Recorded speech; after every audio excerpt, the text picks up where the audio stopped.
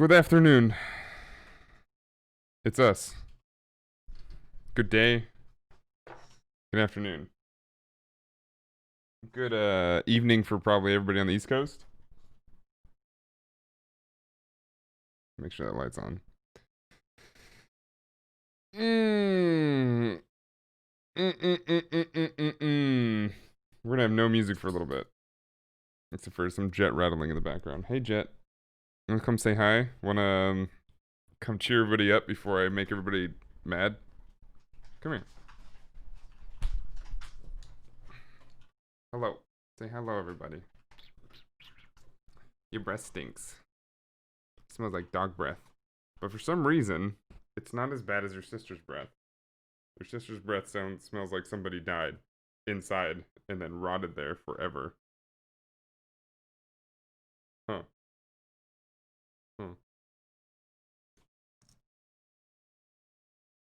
Never seen your pup? No, because he doesn't care about me anymore. He's as much as he's been my dog longer than it's been Katie's dog. It's very much that's mom, and we're attached to mom, aren't we? Huh? Are you a mama's boy now? Even though I adopted you and I had you for like what 2 years before we even met? Huh? Are you complaining that you're on my lap right now? Or are you just breathing heavy? Hmm? You dork. Okay. You wanna get down? Or you wanna stay here? Okay, you can stay here for a second. He's looking at her. No, she's over there. But he doesn't leave her side. Ever. Ever. So much so, like, so she loves him, right? She's very attached to him. She loves him and stuff like that. But even so, you're annoying, Mr. Sir. Hey, Jet. You're annoying. Do you know this? Because you want love all the time. All the time. There's nothing changes, huh? Huh, puppy? Not for me, though. Hey, Dad, you feed me sometimes, all the time. You know, when mom's sleeping, you feed me and stuff. But, like, that doesn't matter. Huh. Why are you rubbing your eye against the microphone? Go, get down. Go, weirdo. Ugh. Hi. Hi, guys. Welcome to a an interesting show.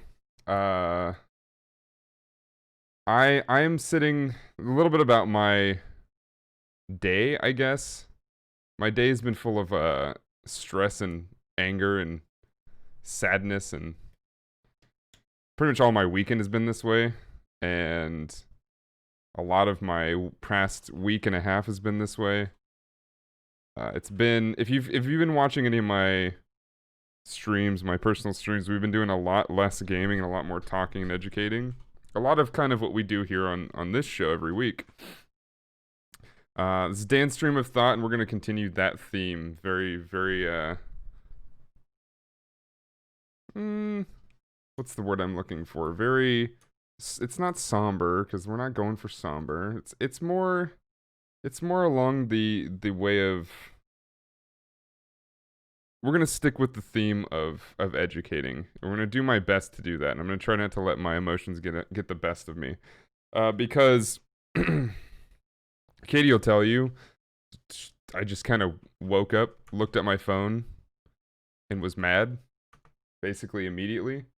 It's kind of something that has kind of been this way whenever I've seen stuff like this happen in the world, but this time it's a lot of disappointment.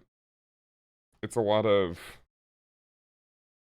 like finally I thought that something was big enough for us all to finally come together and maybe see this spark in each other.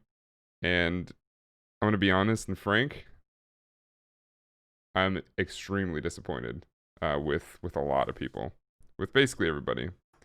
I'm going to say everybody because I'm not going to call any individuals out. I don't think this is the time or the place for that because no matter what, we still have a job to do. speaking from the educator standpoint, we definitely have always had a job to do, and that's never stopped. Um, Speaking from a streamer standpoint, we now have a power. We've always had that power, but now we have the opportunity to fully seize said power.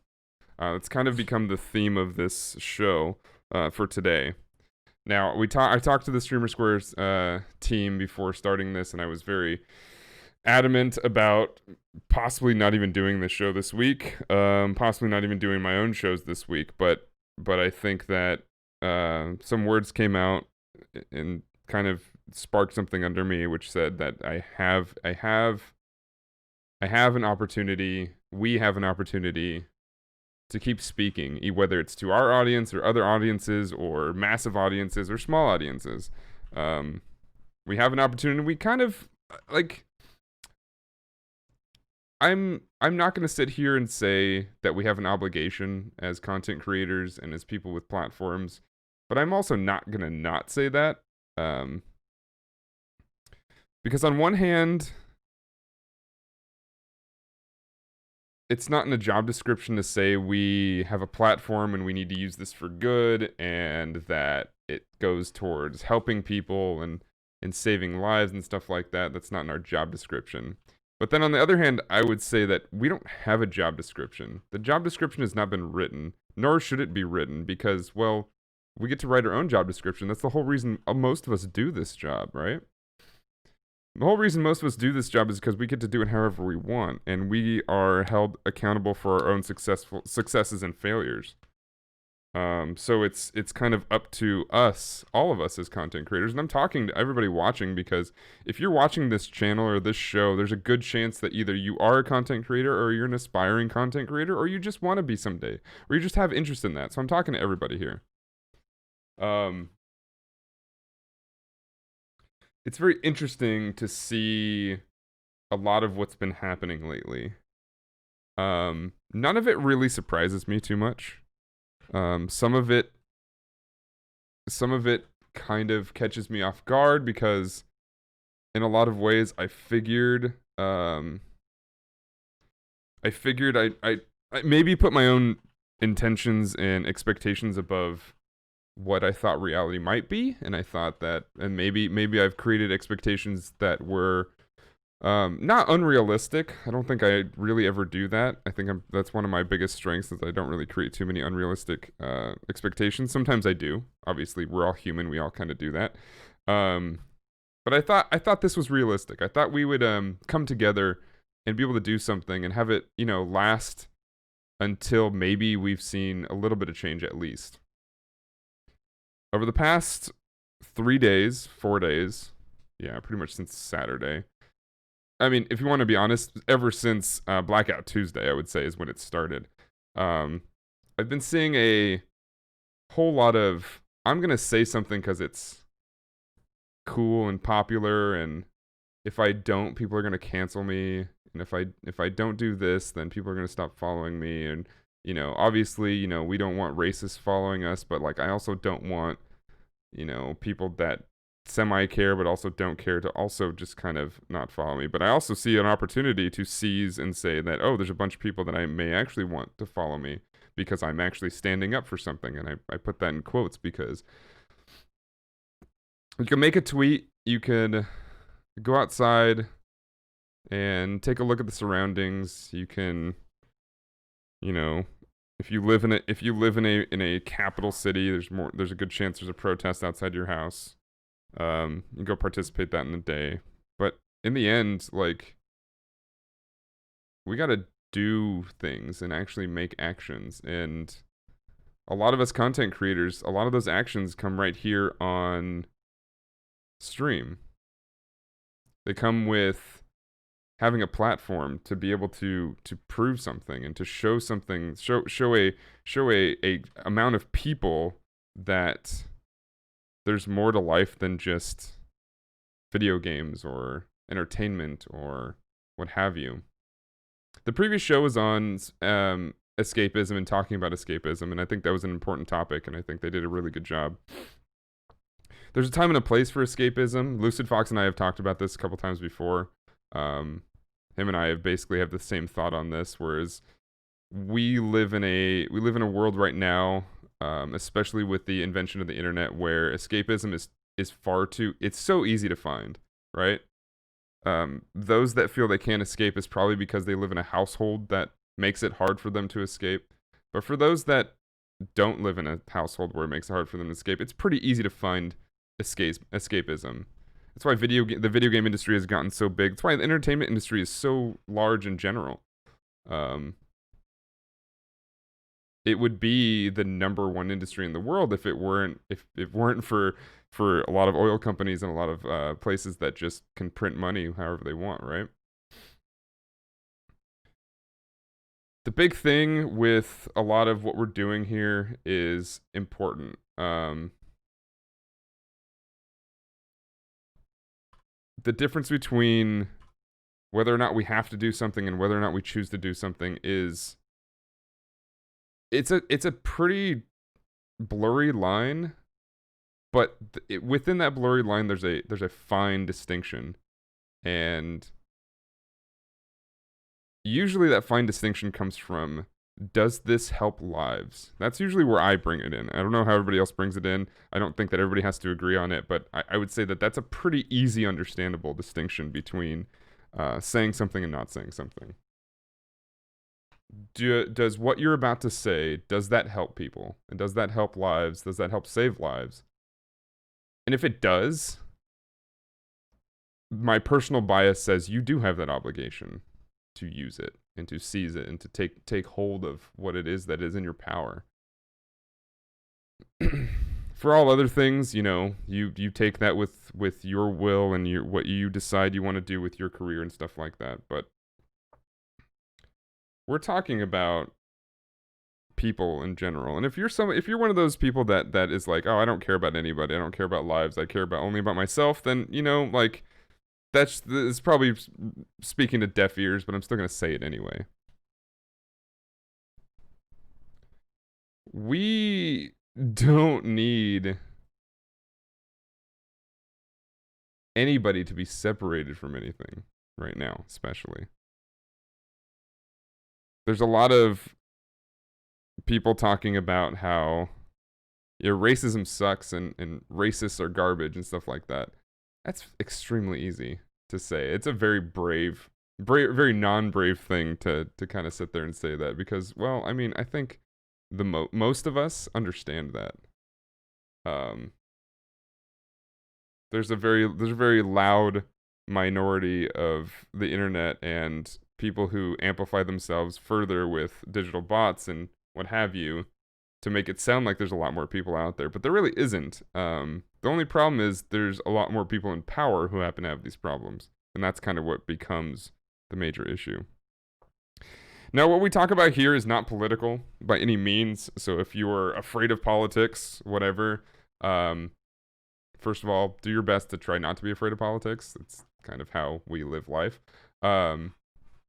But this isn't about politics. This isn't political. It's about saving people's lives. It's as political as raising money for children's hospitals and giving children the opportunity to grow up and not have an unhealthy or non-life at all with any of this. It's just as political as that, meaning it's not political. Right?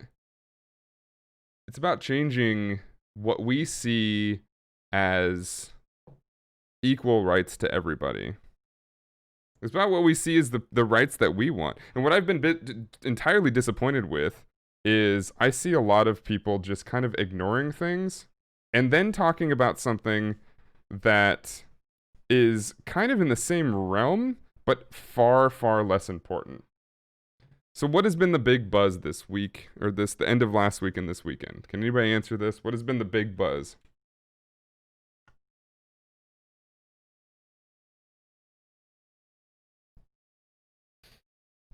Well, I catch up in chat.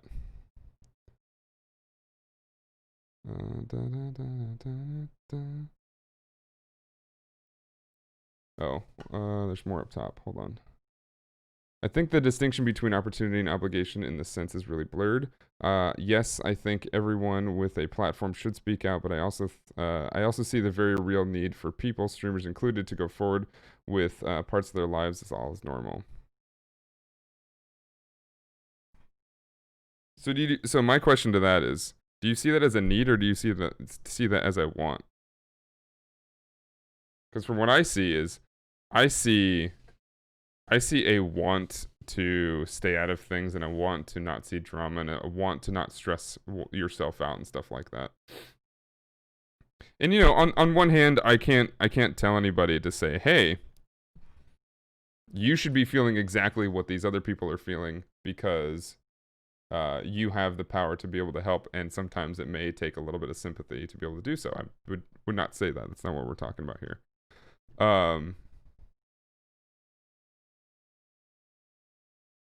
But it is interesting. Is an interesting thought there,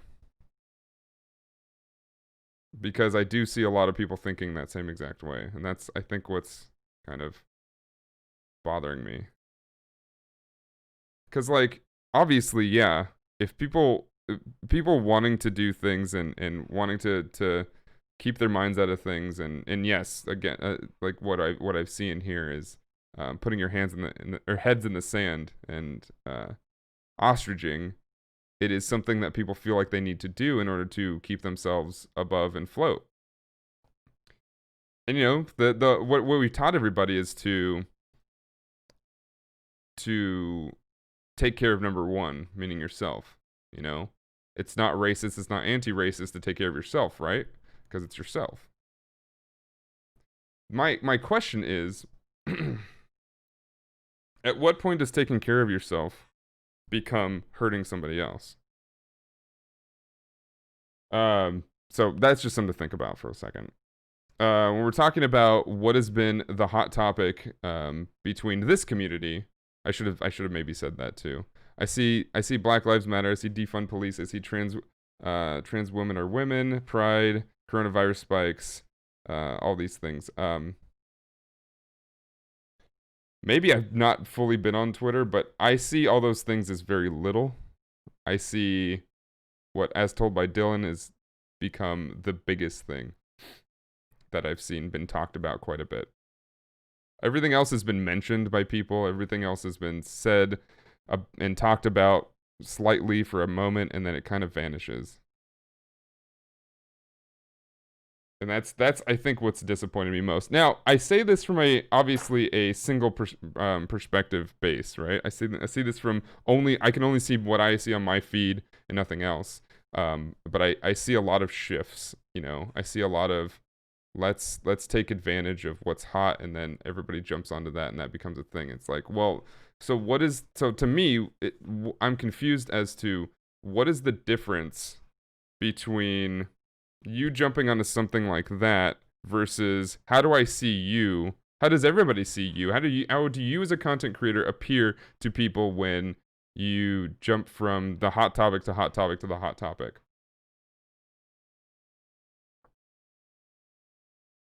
That's the thing that I question whenever I see something that happens to be a hot topic, and then that serves to me into saying like, what do you know about this? Are you even tweeting about it? Because I get questions like this on my own stream all the time. It's like, hey, did you hear about all the DMCA noise that has been happening on Twitter? I'm like, yeah, we're definitely not talking about that right now. That's definitely not something that I really care about right now, because for one, it's not a big deal. If it is a big deal, well, you need to fix it, and you can fix it very quickly and then just move on with it, because that's how DMCAs work, right? DMCAs are served to you, you take down your stuff, and you're good to go. It's as simple as that. What is not simple is caring about people's lives. And that's where it's hard for me to say this without sounding like a jerk, but that's where I start judging people, I guess. And I can't imagine that people's viewers and people's communities will start judging for that, and start to see that, hey, You have an opportunity to do some good. Why aren't you seizing it?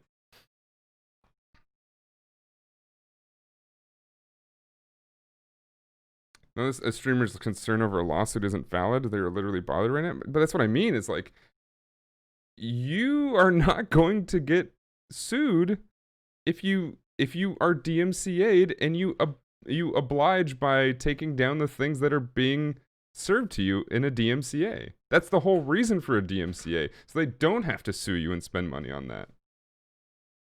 It saves both of you money. Yes, it may take you time to take something down. It may be a little bit of a hassle, but people's lives are at stake. So why does that matter so much to people? That's what's been making me so angry today.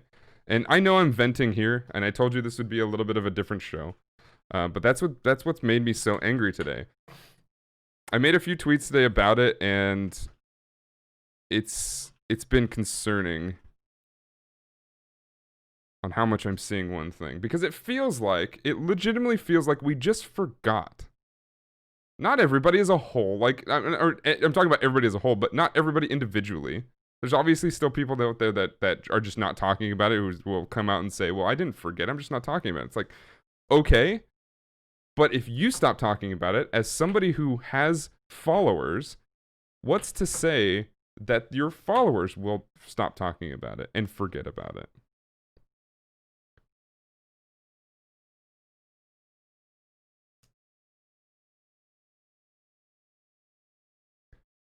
The only reason it scares me is not because it's the first time I'm seeing this and it surprises me and it bugs me. It actually bothers me because it's absolutely not the first time I've seen this. And it bothers me because it's 100% not new. I could have called this from, I actually did call this from exactly when this started, right after, actually probably during, but I didn't really tweet that much or talk about anything that much during Blackout Tuesday. I was like, as soon as Blackout Tuesday is over, I will see people start tweeting about completely different things. And obviously, you're allowed to talk about different things. It's not a complete blackout of communication, but I've seen a lot of people not really caring about certain things. And I think that's what bothers me so much. Ever since Blackout Tuesday, because it got real spicy and real hot the first day, the next day was Blackout Tuesday, and then after that is like, oh, we did our job, guys. We win. Yay, we did it. We spread awareness. Awareness doesn't mean shoot unless we actually do something about it. And don't let people lie to you right now. Nothing has been done. One police department got disbanded.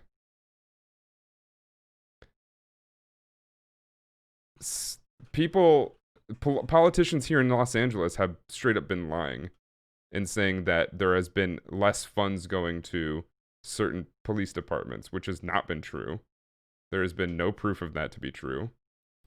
And San Diego the two cities I've lived in the past couple of years is why I'm concerned about it.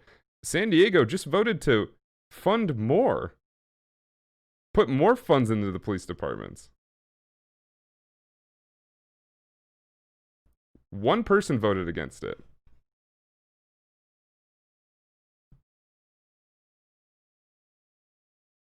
Does that not bother anybody?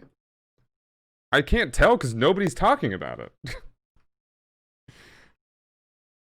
That's my problem. Hadn't heard about that. Yeah, it just happened yesterday. I think they voted on it. Amazing how quick it shifted. Every post since Return to Black Lives Matter 3 days, then Tuesdays straight. It's hard to, yeah, it's all DMCA. It's dude, there's a hot topic. Now, on one hand, it's not even really this. I think now this may be overestimating, but I feel like most broadcasters understand how Twitter works, right? You talk about one thing a lot, it's going to be amplified. That's how Twitter works. Twitter likes when everybody talks about very specific things. It gets their things going. It allows more of a viral spread of their own messages, which allows them to advertise more, right? So obviously that's how that works. But that's exactly why things get lost, and it doesn't happen until the the users of said platform start to perpetrate it. Meaning, if one person jumps on something and then another person jumps on it, it starts to spread like wildfire. So, again, we did this. You could talk about how an algorithm will change how things are seen all the time, but we still perpetrated this. We still did that. We have to be aware of these things. And again, we'll talk about seizing your opportunity for good by taking that back and taking that over, right? We could talk about how the hashtags like all lives matter and stuff like that got taken over by K-pop, but then almost immediately that just became a joke to people. It's like, oh, we're just gonna do it because it's funny, instead of understanding why people were doing it. People were doing it to stifle out the bad, right? But then by stifling out the bad, we flooded with the stifling of out the bad instead of promoting the good. It's like, what is going on here? I don't think I'm anywhere close to a genius, and I see this from miles away. That's the problem I'm having.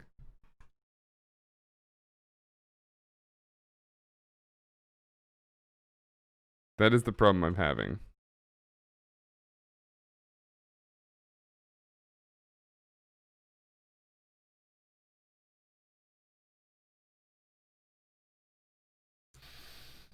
And I don't know what else to talk about when it comes to anything really, you know?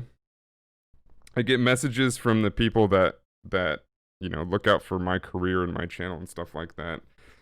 Urging like, pay attention to this DMCA stuff, pay attention to this GMCA stuff. And I'm like, but what if I don't play copyrighted music because I knew about this stuff from years ago? Like, every now and then I do, and I definitely have to look for and scrub those things. But that doesn't mean that it's something that has any meaning or viability, because I'm distracted by something that actually matters here, you know? And that's not like, that doesn't blame anybody, because there's a lot of things going on that say people can't stop their lives and stop their jobs for every little thing. But I see a lot of people paying attention to something little like playing copyrighted music over people's streams and getting in trouble for it. It's like, you're making a big deal about something you did wrong, and you feel wronged for it, or you feel like there's a hassle for it. No, you did it wrong, own up to it, and get rid of it. That's how it goes. To be concerned about that is fine, but to be concerned about it for more than 30 minutes seems troublesome, especially in a climate where people need our help. I mean, I just keep repeating it. That's where I see this problem. So I'm here talking today as an exhausted human being. Like, I almost fell asleep 4 times before starting the stream. As an exhausted human being that can't concentrate on anything else but what's been going on, right? I mean, it's difficult because I've been playing a lot less video games on my stream, to talk about these things. And then even when I go to play a video game, I'm so distracted by the fact that there's I feel like I'm playing a video game being super privileged right now, and that's my own guilt upon myself. But yeah, it's interesting. It's very, very interesting.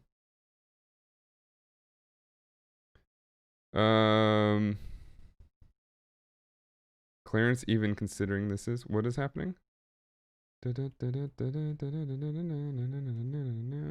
Always have been believer in read the room. Well, see, I agree too, but here's the problem. If the room says you don't have to talk about this anymore, people usually just go with it. There's a difference between reading the room and not letting the room get distracted, you know? Because if you're in an AA meeting, right? An Alcoholics Anonymous meeting, and people start telling their stories about what they've been through and what they've done and the pains and suffering that they've put upon themselves and others. And then somebody starts talking about a tweet And it becomes something that, you know, makes sense, as in it is relevant to the conversation. Hey, I just saw this person going through this, blah blah blah blah. This is a story that I've heard before. And then all of a sudden the next person brings something up slightly different, you know. This is something that is Twitter related. It is somebody that drank a lot of booze and they did this, and then they start getting into memes and they start talking about things that make people like whatever, all the things that they saw that day. It's like that's great, that's fun. You're reading the room and going with it and saying, hey, this is keeping us all high leveled and stuff like that. But then all of a sudden we're talking about things that have nothing to do with the whole reason we're here. It's up to the leader of that room to say, hey, we need to continue talking about this.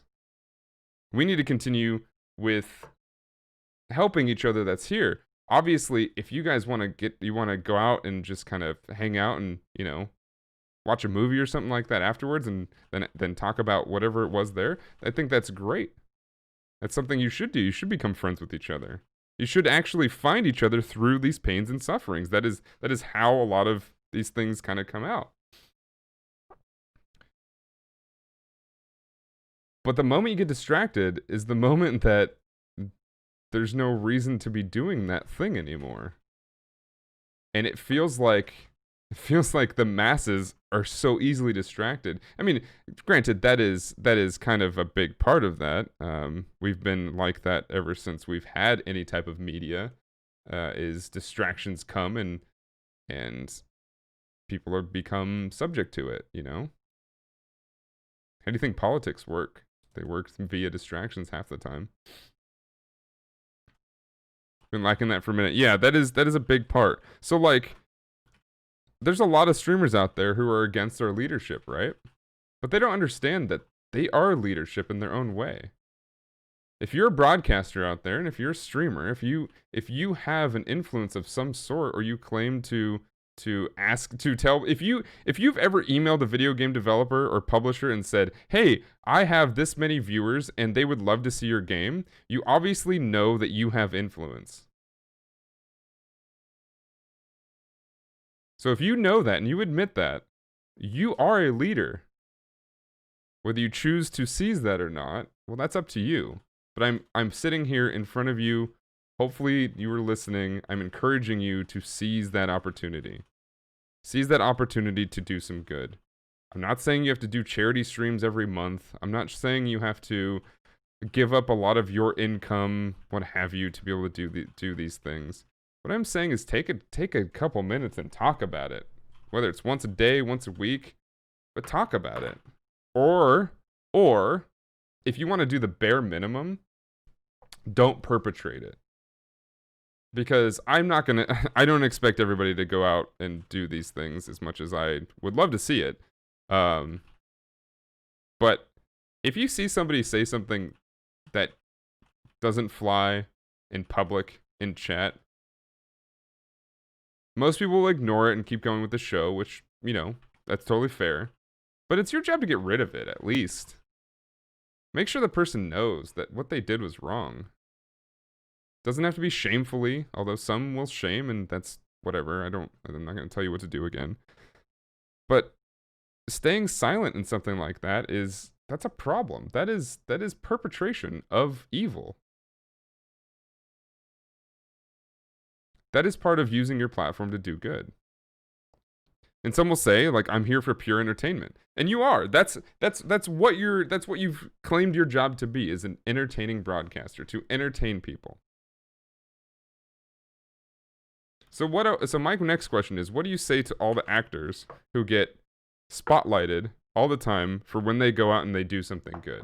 How does that hit you? How does it hit you when you see Ben Affleck? When you see Ben Affleck outside protesting without, he's not covering who he is, he's just there.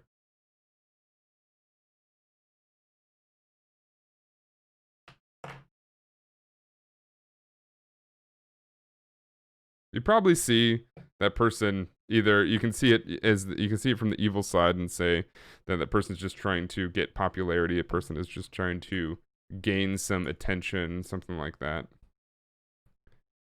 But I tell you right now, most of these celebrities, they know they're gonna get on an article somewhere. They know people are gonna hear about it, right? Because they did. That's the whole reason. The whole reason we knew about Ben Affleck out there. It's not because we follow his Twitter and we saw him tweet about it. Somebody talked about it. That is one way to use your power to show solidarity and to show that you're supporting something. You know, if you want to do it in secret, you do it in secret, but you do have that power to just show your face and people will be like, oh, I like this person. This must be a good thing.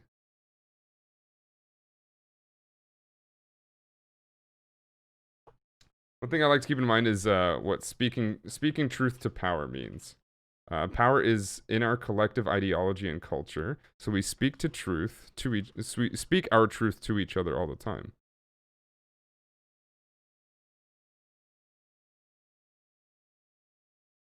Speaking truth to power. Okay. In what connection is this again?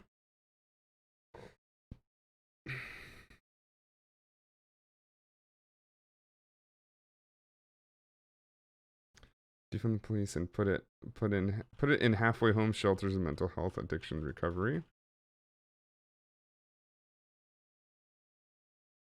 Put it in education. That's mine. That's my big one. Cause, you know, obviously we need a lot of things that help the people that can't help what they have endured or what's part of their natural state of being. We definitely can help teaching people. We can help educating people. We can help giving people the tools to think on their own. We can help a lot of these things. And that's kind of what, you know, we can kind of do that here on stream, but we're not, you know, I wouldn't urge everybody to start just teaching people random things because not everybody knows what they want to teach. Not everybody knows that, not everybody has the confidence to teach things that they may or may not know. And that's fine. That's just part of who you are and what you do. That's not a problem. But nothing has changed, and I think that needs to be pointed out. Nothing has changed, so we need to stop acting like it has changed. At least if you care about it. If you care about it, and this is why we're talking. This is why the whole reason I'm talking this way is because I feel like people do care. And that if I felt like people didn't care, I wouldn't do this show. I really wouldn't. I would sit back and just be angry at everybody. I'd be angry at the fact that people are terrible and they're garbage and there's no good in the world. That's where I would be right now. But I don't think that. I think that people care at least a little bit. And what I'm asking is for people that do care at least that little bit to do something with that care and not just sit back and do nothing. And just go about business like nothing ever happened. Because that either means you don't really care, and I'm wrong, or that you don't know what power you have as people.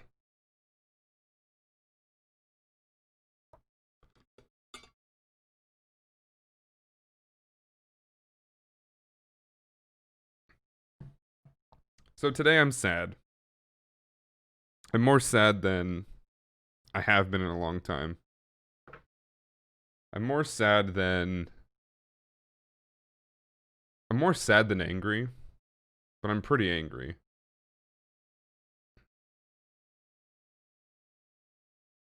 And I don't know if this is a side you guys have seen from me before. I'm sure people who watch my stream regularly probably have seen this before.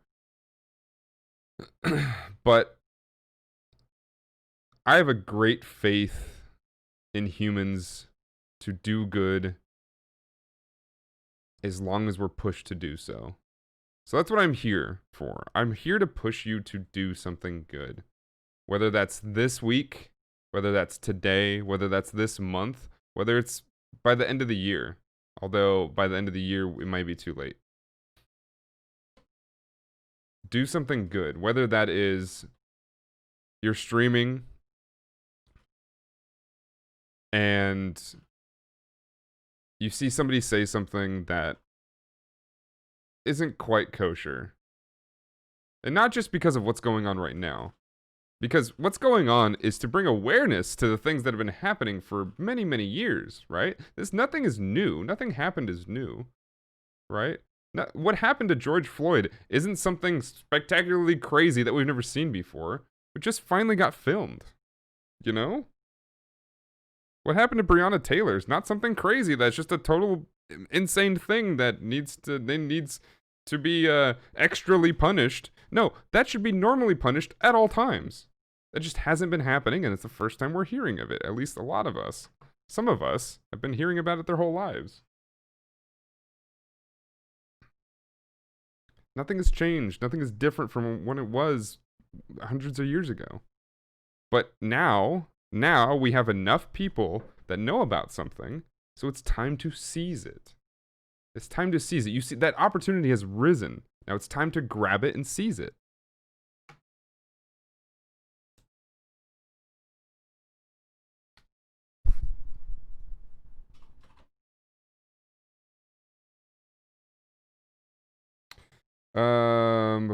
Hi, bad boy. What's up, man? But that's nonviolent system by which we can institute change. Why Dana's feelings on education are so fundamental. Because people need to be educated on why this is important, who to vote for, etc. When someone says, wait, what happened? Extraordinary punishment. Well, that's not what I said. Okay, I didn't say that it should not be a punishment that is out of the ordinary. It's not what I said. I do believe that. What I'm saying is a punishment for that should be something we have ultimate precedent over, that we've ruled over many times over. That's what I'm saying. I'm not saying that what we've had is something that requires something extra, because we obviously do need that. What I'm saying is that we haven't had that when we've needed that for hundreds of years. That's what I'm saying.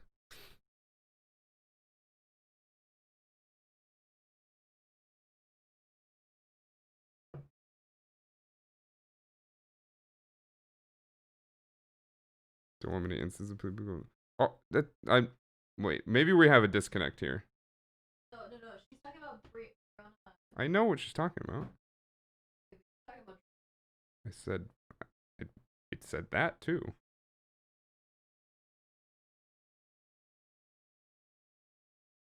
I'm okay with that being extraordinarily. Okay, maybe. Okay, so we have a disconnect here. So what I'm saying here is,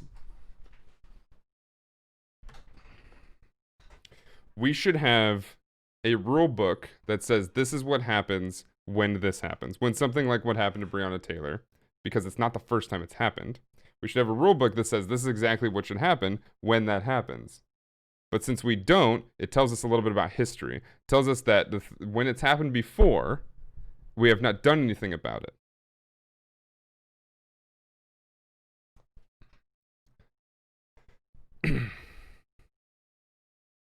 What I'm saying is that it becomes extraordinary. So, like, let's talk about the definition of extraordinary. So, extraordinary means something that is above and beyond the ordinary, right? That is the problem within itself. The fact that ordinary does not it exists in a very different light. Ordinary is something that is extremely underpunished, right? That is the ordinary. What I'm talking about is making the punished properly ordinary. That's what I'm. That maybe that defines it a little bit better.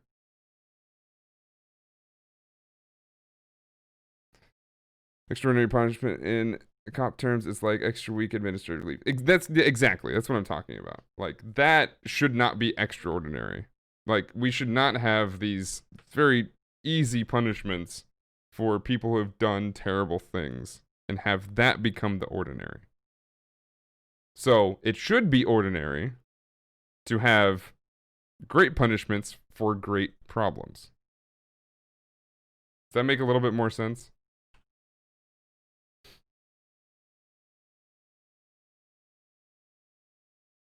But we should be talking about these things. That's my point. The point to creators, and the point I want to make to creators, You don't have to become a fully political streamer, you know? You don't have to become the next Lucid Fox of the world, right? You don't have to be somebody who is constantly talking about basically a news like the Lucid Fox is the news I want to read and the news I want to watch, right? But that's very specific to being somebody who talks about current events. I'm not saying everybody needs to become a Lucid Fox. What I'm talking about is you now have an opportunity to make some change for good. So I'm asking you, I'm begging you, anybody listening right now, I'm begging you from the bottom of my heart, please take that opportunity. Please do something about it. Stop ignoring it. Stop ignoring the problem and stop letting it pass you by. How many public speakers out there, how many self-help gurus out there tell you to not pass up business opportunities or fame opportunities or you know, career opportunities that pass you by? How many times do they get pissed off when you do that, when you pass those up? Pretend I'm in that position talking to you about people's lives and having opportunities to help them. It's the same thing, except for, in my opinion, far more important. Seize the opportunity, take what you can, do your very best, use your strengths as entertainers, use your strengths as being on camera and not being shy about it. Many don't realize that being on camera and talking to people is hard for so many people on this earth, especially now in us millennials. It's hard for people because we don't want to be judged, we don't want to be hurting anybody, we don't want to do anything. Well, I'm telling you right now, you have a strength that many people do not have, which is being able to speak in front of people, whether it not be live or not, or whether it is. I'm asking you to do something and seize that, use that. I promise, I promise, I promise, the more people that does it, that do this specific thing, the more lives will be helped. It is nearly direct. Urge your followers to think about their own racism. Urge them to think about their own feelings in life. Obviously, people come to you for escapism, but they can get escapism after you're done talking about it or before you're about to talk about it. But give them something in between. Doesn't have to be all the time. I'm asking right now when people need it most. I'm begging you. Please. Please. Activism has changed since the times? No, it hasn't. It really hasn't. Activism has not changed. This is the same stuff we've been dealing with since the dawn of man. Since people were able to communicate with each other. It's the same thing. We talk about something for maybe a second that we believe in, and then we forget about it. And then there's, you know, people get made fun of for staying with it for so long, you know? That has not changed. That is exactly the same. Nothing has changed. It's up to us to make that change.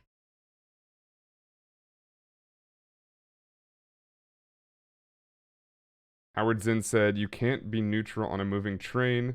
Before Serge Tankian made it famous, and I think that was an important idea. Exactly.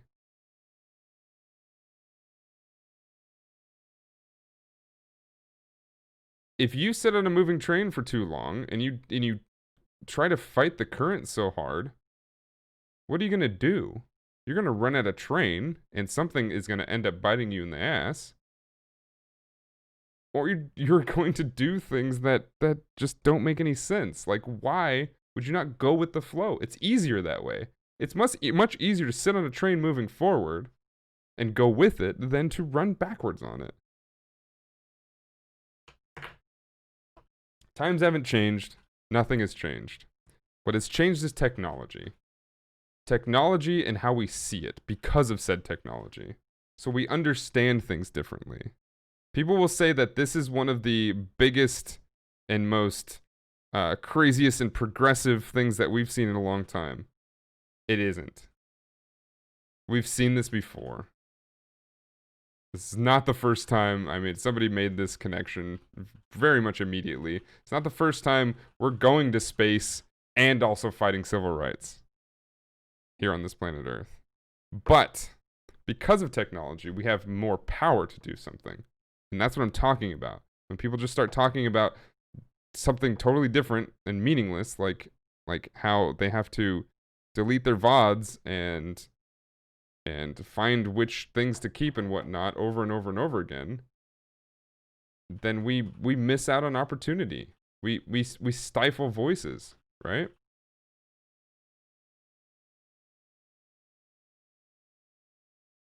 I'm not telling you to shut up. I'm not telling you not to talk about things you want to talk about. I'm just telling you that we now have an opportunity to continue talking about things that will help people's lives for the good, and we need to seize it.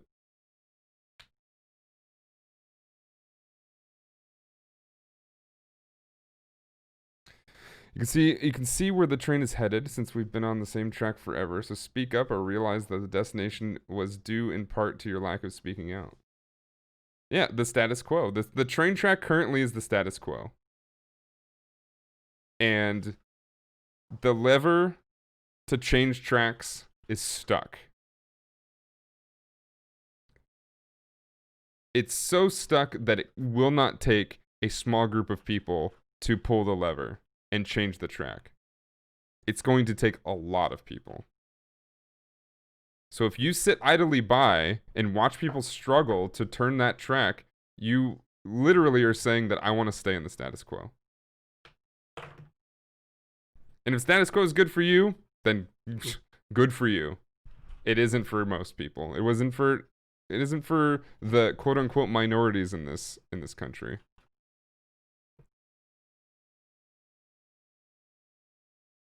Technology gives you the voice to spread the word more than people in the past. It does, but do people take it? That's what I'm talking about. People take it for an instant and then it goes away. So what is the point?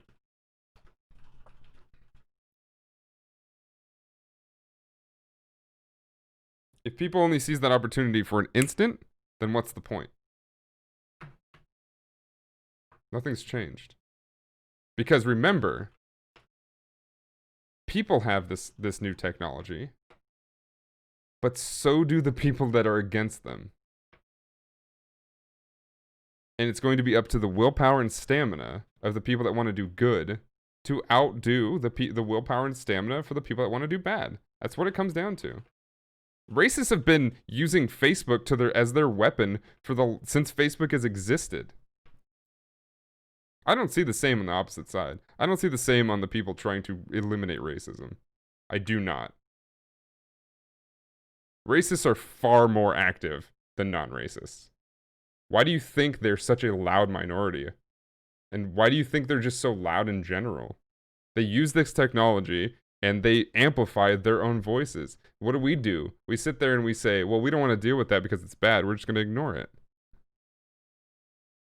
And the great Mr. Rogers once said that if you see something that makes you uncomfortable, look away. But that's what people pay attention to. What he also talked about later is also banking actions to help these people that are being affected by the things you looked away from. If I see racism, I look away, but I look away and I try to help the person that is being harassed by this racism. There's a second part to that statement. There's a second part to that idea and thought. If we sit there and we just continue to look away and look away and look away, nothing gets better. We have to do something about it. Always. Another analogy I've heard puts this in perspective is when a family member is going through something, the entire family is going through something. Right. Think about the antidepressant commercials that I used to see when, I don't know, probably early 2000s. It's like depression doesn't just affect you, it affects those around you. And then you see images of it's usually a woman being depressed and her looking at her kids, looking at her husband, pretty generic, normal stuff. At least back on TV in those days. But they weren't wrong about that because they're right. Like what they were doing, um what their campaign was, what that advertising campaign was to guilt depressed people into buying their product so that they can help those around them, right? They were right in the sense that it does affect everybody, but remember their issue. They had to use you have to use some truth in order to prove things that, or in order to sell something that people may believe, right? You have to sell some truth, and that is part of that.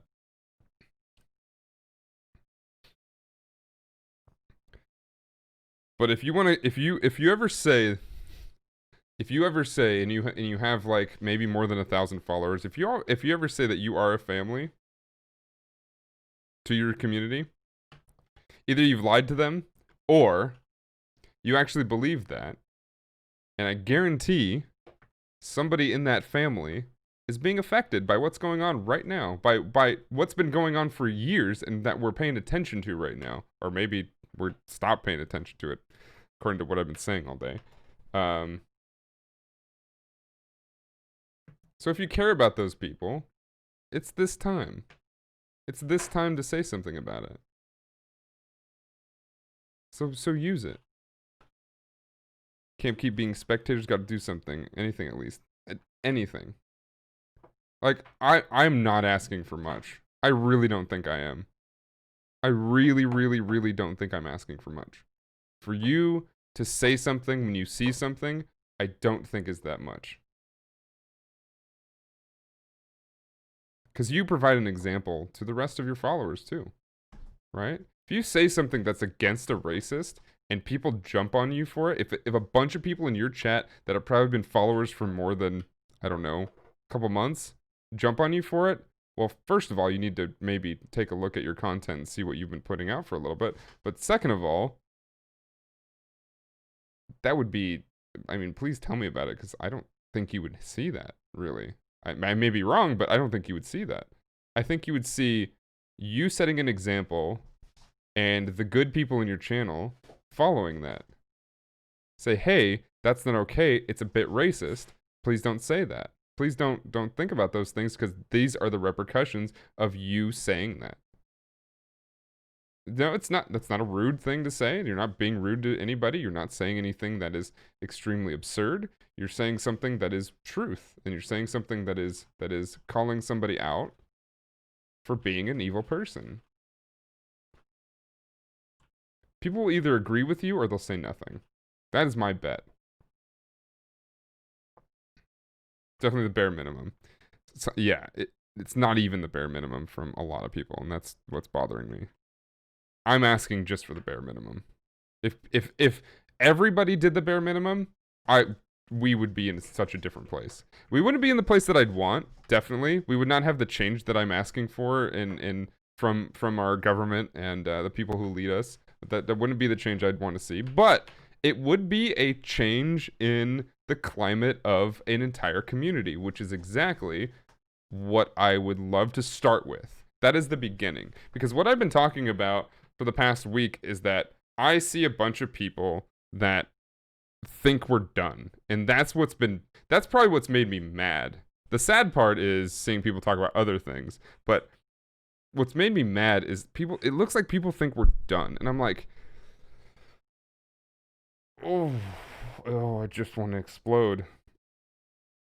I mean, Katie and I went walking around Hollywood a couple days ago. Through the protesting, a lot of people out there on the streets and stuff like that. Obviously a lot of forgetting that COVID even exists, but that was just the thought that came by. It was a secondary thought. It's like there's packed restaurants and people profiting from this and stuff like that. I saw a lot of people taking pictures of themselves, a lot of selfies, a lot of let's promote the fact that I'm out here, Granted, it's a very popular tourist spot, so it's kind of the mentality for a lot of these people anyway. But yeah, it felt like the mentality there was less protesting and more partying, which obviously if we're gonna be together we should be happy for sure. But at the same time, we're not done. And anybody who thinks we're done is extremely delusional. If anybody thinks we changed anything so far, is wrong. What we did was we started. We started bringing awareness to people. Oops, that's the wrong button. Sorry, I'm playing with my stream deck and I hit the button. Also, there's our $1,000 we raised.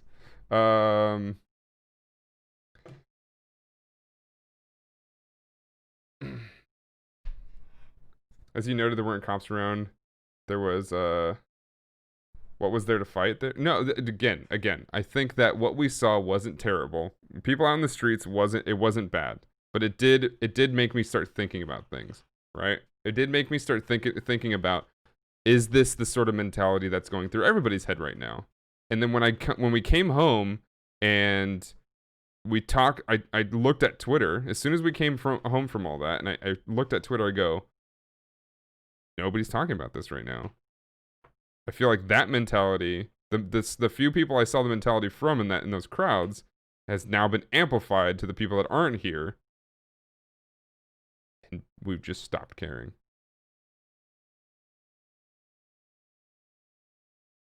I think that's what bothered me most.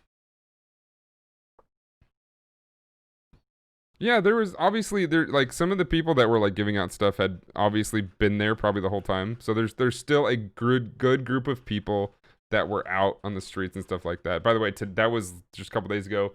Yes, today there's like nobody outside. By the way,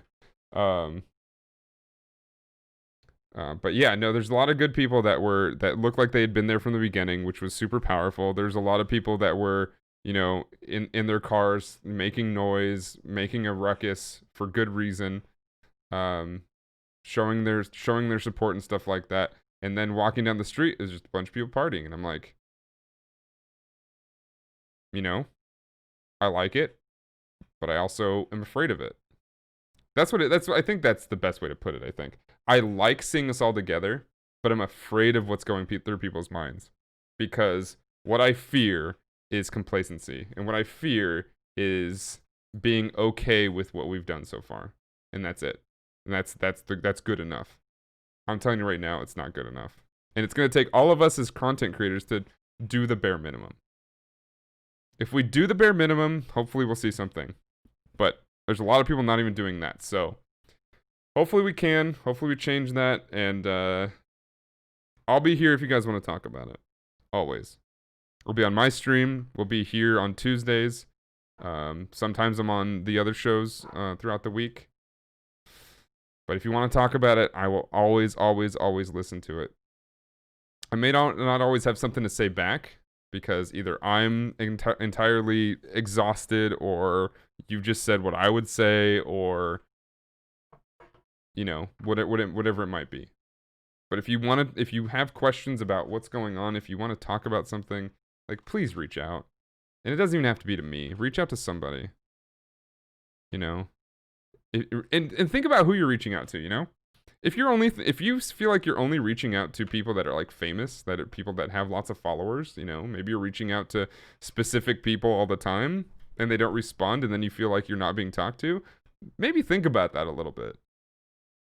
Think a little bit about what you're doing and what you could be doing, right? Maybe you should be reaching out to people that will be able to listen. Because not everybody's able to listen. People want to listen, definitely, but not everybody's able to. Not all the time, at least. So pay attention to what you're doing. Take control of your own actions. Remember that you are powerful. Every single one of you. You have a power. It's not like a superpower. It's not like a Green Lantern ring. I can't tell you how much I fantasized about having a Green Lantern wing recently. But you have enough power to make it seem like that. Relatively to things that exist, you have a lot of power. I promise. So take it and use it. Don't squander it. Don't let it go to waste. Please do something about it. I'm begging you. The organizational work needs to be put in now. A lot of things need to be put in now. So here's the thing too. Okay, so let's sit here and be honest, because that is a good point. Before I leave, I'll answer a couple questions, but I want to put this out there. The reason why I'm pushing so hard to keep going is because I don't want people to get, the people that do care, that are maybe impatient, you're kind of in a hot spot right here too. Because I totally get that. It's like, dude, I want change, but it's not happening. So what am I doing? And then I get impatient, and then I think a lot of people are that way. It's like, I don't see this change happening right exactly now. So I'll worry about it later. It's like, well, okay, it's gonna be slower if we don't try something at least once a week every day. But second of all, it's gonna be slow no matter what. Okay, change is going to happen if we keep pushing for it, but it's going to be slow, and the slow and time is on the people in power's time. I mean, on their side. Because if people forget about things, their job becomes easier. It is our job to make their job more important. It's not necessarily what I want to say, but our job is to make their job mean something. The people in power, the people who make decisions, they have to mean something. And they have to do our bidding as people. As the people that they represent, they have to do our bidding. So let's make them do it. And it's going to take time, so it's going to take patience. Some things need to be immediate, and some things have, but not much. But a lot of things are going to take some time. And it's going to take all of our willpower and due diligence and stamina to keep it going. It's going to take our pushing of the cart to make that go. But be patient and go with it. Okay? I'm going to be patient with you as much as I possibly can. If you need time to gather what your actions are going to be and take it, do it, but make sure you do it. Make sure you get it out there. You can't convince me that speaking out about racism is a superpower. Well, you know, it very much can be. But it's up to you and how you harness it. It's up to you and how you harness it. I meant that literally. Wes is absolutely right. It's a very powerful thing to speak out against racism. Extremely powerful. Maybe even over 9,000. Give your thoughts on when you should stop trying to help someone who is racist and realize that they're racist, or just let them be ignorant and save your energy. That's currently, in my opinion, one of the biggest struggles that causes this whole thing, right? Because it is a real struggle, because we can all agree, I think, that racism is taught.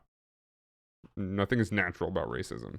There's absolutely nothing natural about racism. Racism is not something anybody's born with. It's literally things that are taught. So my general solution goes, I mean, I'm just gonna feel like I'm on a broken record. Goes back to education, right? If you educate people properly, and you teach them philosophy, and you teach them critical thinking, and you teach them the things that really matter, which is basically the things we have in place now, but way better. And sometimes even, actually, a couple things need to be totally reformed. But if you teach them these things, then they will be the change that is the future. They may not be able to convince their parents or their grandparents or whatever, but they may put an impact on them, and they may be able to convince some of them. But the thing is that they're the next generation. So if you dwindle out racism by dwindling out racists, by teaching the new ones that have potential to be racist to not be racist, or at least to think on their own, so that they understand that racism is bad, then hopefully that will start to delete it. But how do you help the people in charge now? Or how do you help the people in charge of racism now, I guess? It's really up to how much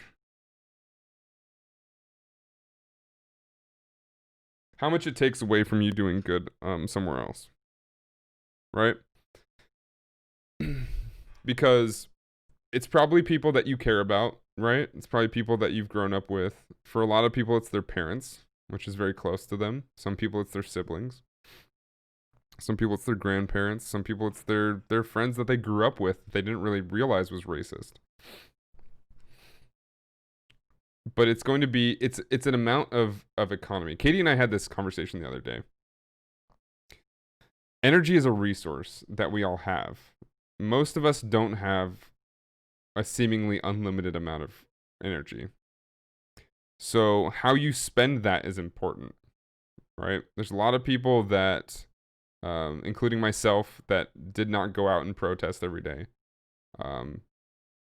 But I use that energy to speak about it on my stream, to speak about it in front of people that were definitely listening. So when it comes to attempting to help somebody in front of you that is dealing with the terrible, terrible, incredible chronic disease called racism, you help them as much as you can afford. Because if you find yourself spending more energy on that one person instead of speaking out and attempting to raise awareness of racism and attempting to help racism as a whole, well, then that's the point it becomes too much, in my opinion. You may want to come back to that person and try to convince them again later and talk to them and understand them. But at every moment in time, you kind of have to analyze how much energy you're spending there. And I know this one is hard. It's hard to swallow. But empathy has to be shown to people that you find evil. The whole saying keep your enemies or keep your friends close but your enemies closer it's a story about empathy. It's a story about being able to pay attention to what somebody's thinking. If you can start to understand why somebody maybe became racist, you may be able to understand a little bit more on how to solve that puzzle. Oh, you were just told all this stuff from your dad? Your dad told you all these things? Has your dad ever been wrong about anything? Is there anything that you've noticed that is different from what your father has told you based on everything that has been talking here? I've been talking about here? Obviously, this is not your job to do all the time, but if you care about them, these are some of the things that you have to do. You have to at least empathize with what they're dealing with and what they're going through so that you can understand it better, right? I'm not saying show sympathy to a racist. That's not what I'm saying. But I am saying in order to understand somebody better, and in order to understand the enemy, which is racism, you have to empathize with it a little bit. Figure out what's going on. Because, and it shouldn't be that difficult for everybody, because everybody has prejudices. Everybody has a difference of opinion. Everybody understands that they have fears, but it's about understanding your own fears. And that's understanding how to confront said things. It's understanding how to look at those and not be afraid of them anymore. Right? It's not easy. It's not something that you can just do on a dime, but it is something that takes practice. And if you practice it, you will get it.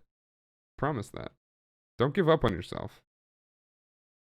Remember, if you're on any platform, there is always other people listening, lurking, too shy to hit the like button on your post. You're speaking to them, as well as not just the ignorant, stubborn racist never change. Right. There's a lot of people that will probably hear this and say, "Oh, I need to focus on the racist person that I'm looking at in chat and just scold them or yell at them and stuff like that, and tell them how I feel because they're a terrible person." But you do have to understand who else is listening, because there will be other people out there that are sort of neutral maybe, and they just see you getting mad and they tune out. There's like either they close the stream or they just totally stop listening. But your goal is to talk to everybody. If there's somebody's neutral who it's like, I don't like anybody, I also don't hate anybody, whatever. So those are probably the people that aren't saying anything at all, usually. They're people that's like, oh, I just feel like staying out of it.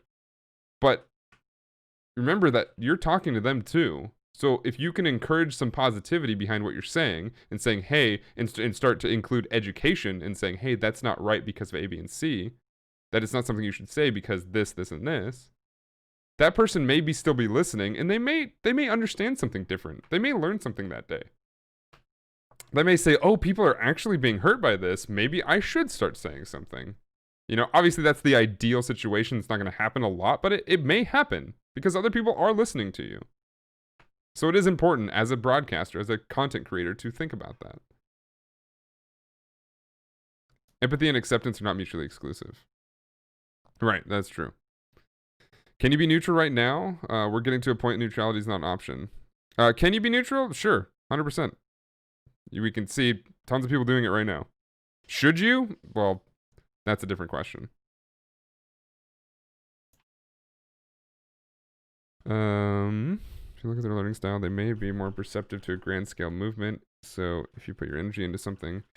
Yeah. There's a lot of people who follow big crowds, right? Especially people who follow big streamers, People will find big streamers because they're like, oh, a bunch of people like this person. That means I'll probably like them. If you get enough people and you get big crowds all talking about the same thing and talking about why injustices are bad, you may recruit thousands of people who kind of just follow that mindset. So, if anything, at least you'll do good that way, right? Yeah. So it's like, yeah, you would think to yourself, a good person like yourself, Jeremiah, would say exactly what you said. How can you be neutral right now? It's like, well, don't know, but people do it. Echo chambers and such, yeah. Yeah, people follow echo chambers just because they feel comfortable in echo chambers, and you can't really tell people not to do that. Like, that's just what people are gonna do. But at least if at least the people are in an echo chamber, you can maybe feed them some good information to the echo within themselves, right? I've seen that work. I've seen it work several times. I mean, think about it. Think about what would happen. Think about the first time Dr. Lupo ever said anything against people that were being bad, right? Think about the first time he started talking about anything past, saving children, right? Because saving children, that's an easy thing to jump on board with. Who doesn't want to save children? Even if you don't like kids, you still want to save kids, right? They've done nothing wrong. There's nothing wrong there. They've done nothing wrong, so you obviously want to help them. That's easy. But when somebody like that with the high influence actually starts talking about something like this, you're like, oh, a bunch of people Dr. Lupo said it? Yeah, I'm on board. It's like, yeah, use that power. Who cares? Who cares if it's weird and totally for the wrong reasons? I don't care. It's for good. There's no such thing as neutral. It doesn't exist. Not caring is not a neutral position. Well, that's how we see it, right? That's how we see it. But that's not how somebody who feels they're neutral sees that. This is part of that empathy exercise we're talking about here. We see that as bad. We see that as somebody ignoring something as bad. But we have to understand how everybody sees it so that we can understand how to educate, how to teach, how to show, right? I understand the Trump supporters more than I understand people trying to stay neutral. Yeah. It's rough. It's rough either way. But the point of saying that is to understand. We have to understand everybody's perspective. We have to understand what people are thinking. Because if we don't do that, we're just yelling at somebody. If you yell at somebody long enough who is stubborn, they will just ignore you. And we don't want that, right? We don't want somebody who's not saying anything to just ignore you. We want to get to them. We want to get them to hear it. And sometimes you have to play a little bit of their game. Not a lot of their game, but a little bit of their game. It's unfortunate. I don't want to have to do that, but that with my experience in convincing people things, you do have to play a little bit of their game. It's hard. Sometimes you have to swallow a big piece of soul and a big piece of pride for it. Sometimes you got to sacrifice a little bit to the demon gods, but sometimes you got to play a little bit of their game so that at least they'll listen to you. Because if they start listening to you, well, then you have them by the hook and you can hopefully change them.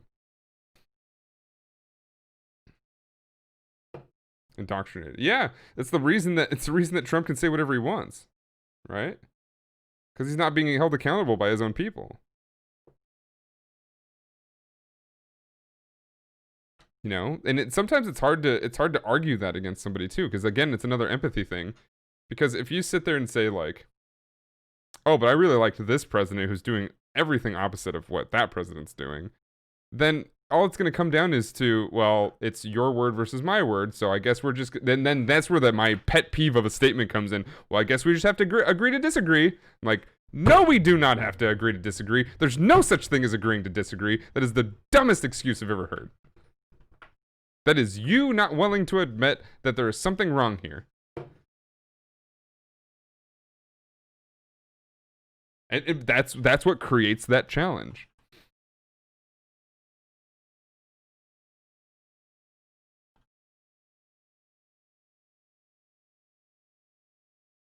That's a pet peeve of mine. Ask Katie, whenever somebody says that to me, I have to like walk off and vent for a second. I guess we'll just have to agree to disagree. Well, I guess you're just an idiot. It's the dumbest thing in the world. Sorry.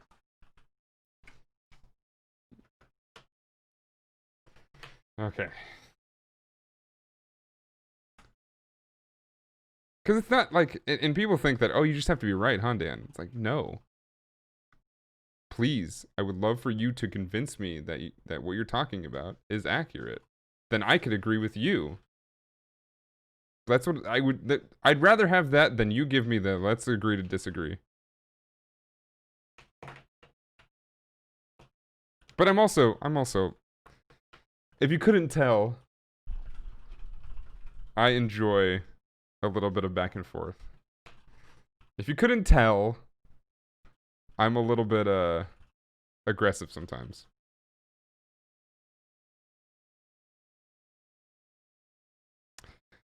We can agree to disagree on our favorite Final Fantasy. You can't pull. If it's your favorite Final Fantasy, it's your favorite Final Fantasy. You know, I can't fight that.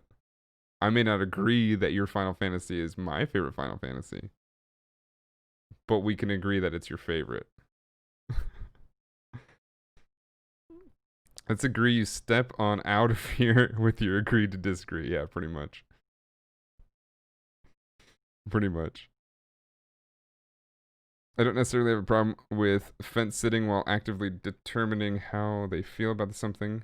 In fact, I think determining how you feel about something and information leads to huge bias problems. However, it does require active research to be legitimate. Fence sitting while ostriching is the problem. Yeah.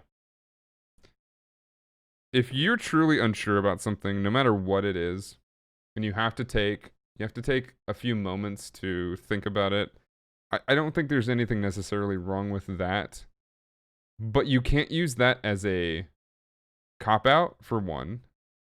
Or is like you can't use that as a shelter for too long. Or else it gets very suspicious. And that's where the ostriching, doing that while ostriching is a problem. And if you can give a little bit of like, hey, I feel this way right now, but before I give a full statement, let me think about it for a little bit. But that's mostly for like public speakers and stuff like that.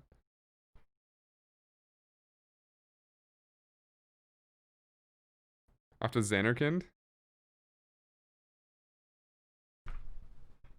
Oh, if 2 Xanarkand isn't on the OST, then you made the wrong choice. Is that 10? I like 10. It's not my favorite, but it might be like number 2 or number 3.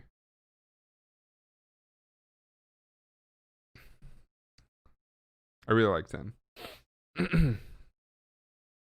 Yeah. Anyway, that's my time here. I hope that I did something. I really didn't want to be on camera today. I really didn't want to speak about anything at the moment, but it's hard for me to stay shut up. It's hard for me to not say anything at all. So I felt like, well, if I'm going to do a show today, it's going to be about this. Or else I would feel like it'd be a waste of all of our time, honestly. So I'm happy we did this show. I'm happy that we can talk about how to use your power to make a difference. I hope that came over more than just me complaining. I hope you guys enjoyed the show. I really do. So thanks for being here. Thanks for listening. Remember that we're here every Tuesday, 3 p.m. Pacific, 6 p.m. Eastern. You can catch us over on YouTube, youtube.com/streamersquare. You can catch us on the Discord. I encourage you, if you have any questions and don't want to reach out to me specifically or privately, you can go to the Dan Stream of Thought section, or it's just called Stream of Thought section in Discord, discord.gg/streamersquare. Oh, Wes, thanks for the gifts, man. Yeah, and make sure you stay tuned. Stay in here for tomorrow. I think Hotfix is going on. I think they're talking with Noah, right? About some stuff. I should mention though that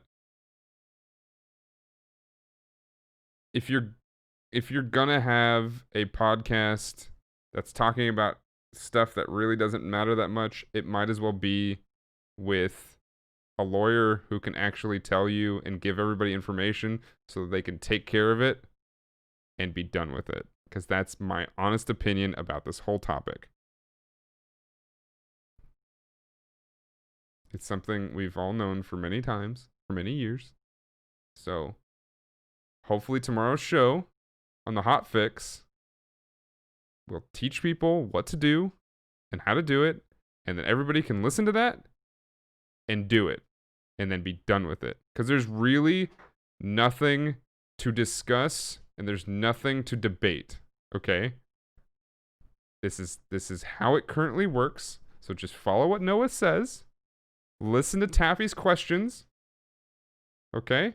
Listen to Taffy's point of view from a streamer. Listen to Lucid bringing up like the points that need to be heard.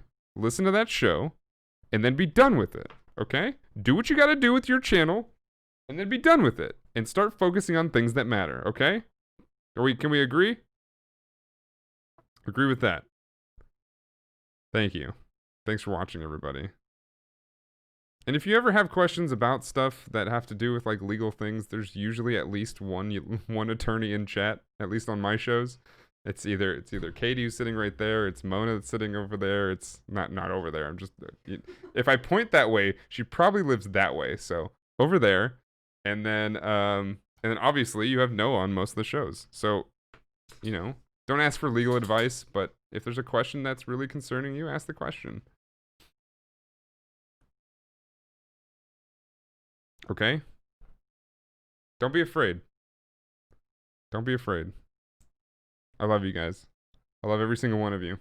I hope you have an amazing, wonderful day. I'll be live tonight, I think. It really depends on how much energy I still have. We'll be talking about more stuff.